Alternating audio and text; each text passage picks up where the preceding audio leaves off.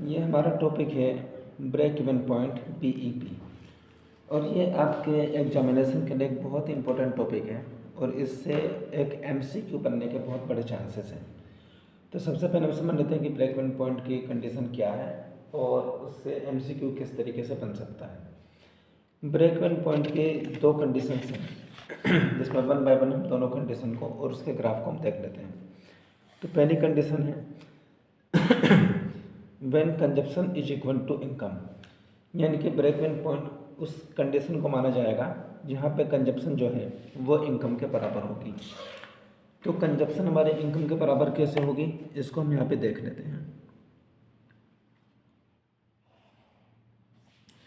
जैसे 45 degree line है, ये लाइन हमारी एस सप्लाई को बताती है, लेकिन आपको ये पता है कि जो एग्रीगेट सप्लाई है वो इनकम के बराबर होती है।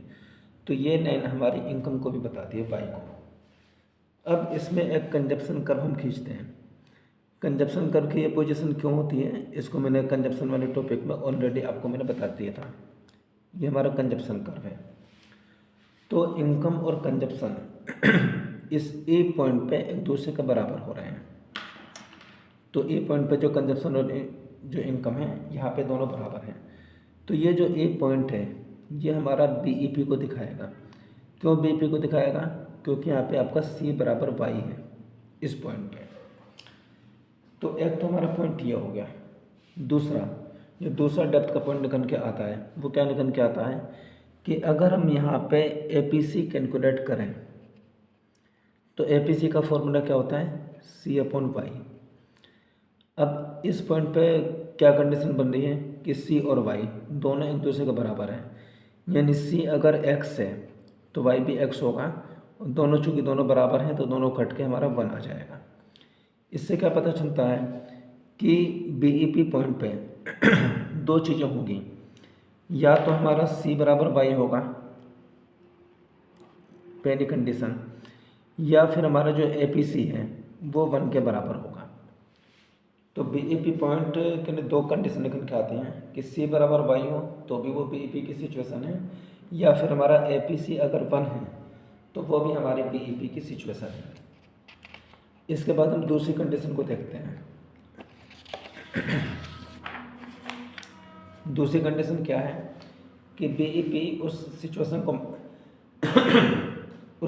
को माना जाता है जहाँ पे सेविंग हमारी 0 हो जाए। तो इसको हम कर्व पे देखते हैं कि कर्व में ये किस तरीके से आएगा। हमारा जो सेविंग कर्व है वो इस तरीके से ड्रॉ किया जाता है।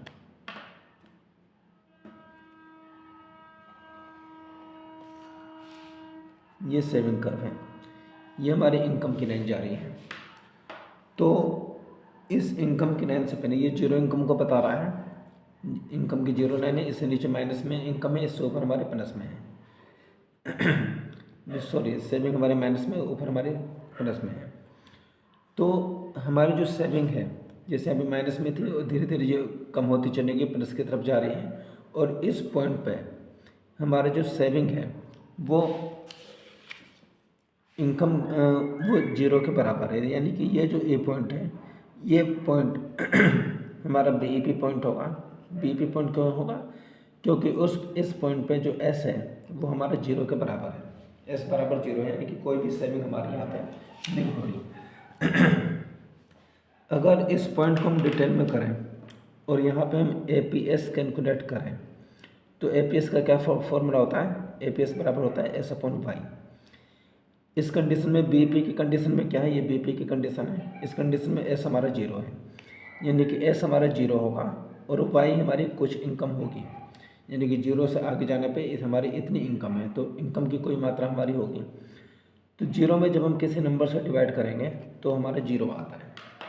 तो BEP की दूसरी कंडीशन क्या बनती है कि या तो हमारा जो सेविंग है वो 0 के बराबर हो जाए, या हमारा जो APS है वो हमारा 0 के बराबर हो जाए।